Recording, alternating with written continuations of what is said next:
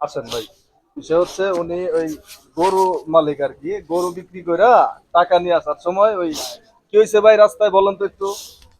ভাই রে, কত কষ্ট করে গরুটা পাইলাম।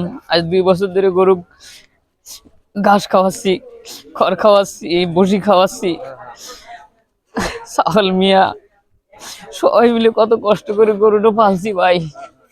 এই গরুটা 1 লাখ টাকা বিক্রি করলাম। কোন হাটে নিয়ে গরু বিক্রি করছেন? গাবতলির হাটে ভাই। গাবতলী হাটে। হ্যাঁ। এখন কি হয়েছে, আসার সময় ঝামেলা ঝামেলা হয়েছে কি? এখন ব্যাপারী ব্যাপারী হ্যাঁ কয় যে ভাই ওই করেন, গরু লেহাতি তো ধরেন অনেক টিহা লাগবে নি। হ্যাঁ কাম গিয়েছে, দেখা গেল যে যদি সেই টিহাটা আপনাকে বাঁচা দিই তো সমস্যা নাই, আপনি কষ্ট করে গরু পালছেন, 2টি টিহা বাঁচলে আপনারই লাভ আমারও লাভ। হ্যাঁ। ঠিক আছে, এই বুদ্ধি সদ্ধি দিয়ে গরুটা কিনলো। কেনার পরে আমার টিহা গুনি দিল ভাই।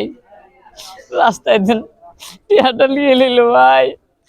এখন মানে আমি ওই ওই যে যার কাছে গরু বিক্রি করছেন সেই টাকা নিয়ে নিছে। এখন সেই নিল কি কি করলো, ওই টিহাটা দিল। দেওয়ার পর আমি বেশি দূর আসিনি, মনে হয় 100-200 পা আইসি। হ্যাঁ। হ্যাঁ, 100-200 পা আইসি, এর ভিতরে যে 4-5 জন লোক ওই ওই ভাই। হাটে, ওই হাটের মধ্যেই। হাটে থেকে একটু বাড়া চলে আইসি। আচ্ছা, ওই হাট মানে হাট হাট থেকে বাড়াইছেন পরে এই ঘটনা বাড়া ঘটছে। চলে আইসি টিয়া কি গুনি মেশিন দেওয়ার পর। টেশিন কিছু ঠেকাইছিল নাকি আপনাদের? ও ভাই, হ্যাঁ? এ এত বড় বড় ছুরি ভাই, আচ্ছা। এ জিগ জিগ জিগ জিগ করে।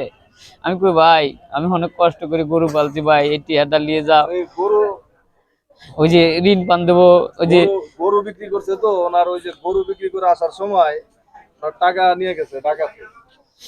ওই যে বললাম যে ভাই আমার দোকান বাকি আছে, বড়শি খাওয়াইছি বাহি করিয়া, খোল খাওয়াইছি বাহি করিয়া, চাল পরে কাপড় চোপড় লেবো, গ্রামেতে নাই জি ভাই।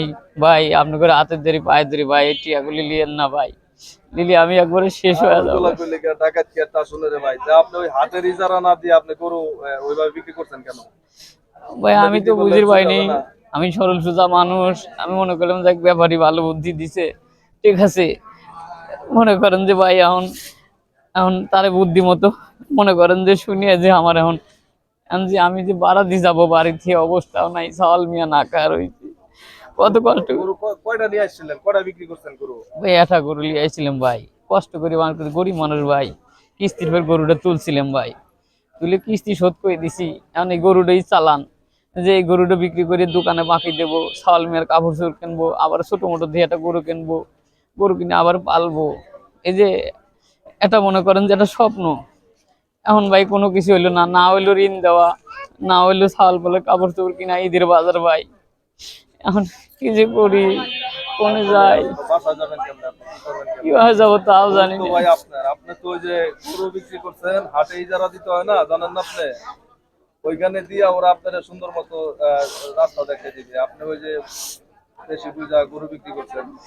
এখন কি করি রে ভাই, এখন তো আমার, ও মা, আমি এখন উঠ করে বাড়িতে বসতে পারিনি, এখন একটি নাই, সারাদিন না খাওয়া ভাই, কোনো কিছু খাইনি। আচ্ছা, আপনাদের খাওয়ার ব্যবস্থা করে দিতেছি তাহলে। আমার সওয়াল মিয়া কত বাসা আশায় যাবেন আছে রে কেমনে, বাড়ি ভাই। কোন জায়গায়?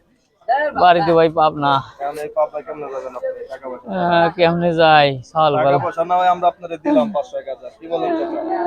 500-1000 টাকা দিলাম, আপনি ভাড়া দিয়ে চলে গেলেন, কিন্তু এই যে গরুর টাকা তো আর আপনি পাইতেছেন না। না রে ভাই, এখন ওইটা তো গেছে। দোকানদারা তো বিশ্বাস করবি না যে বাড়ি ফেরা তো, বাড়ি চলে আইসি এতক্ষণ গরু বেঁচে গেলি টিয়া যাবি নি, এখন দোকানদার করে টিয়া দেবো কি, চাল বলে কাপড় চোপড় কেনবো কি রে ভাই। ও ভাই, আরে মানুষ রে আপনি ভাই। খাওয়া দাওয়া করছেন সারাদিনে?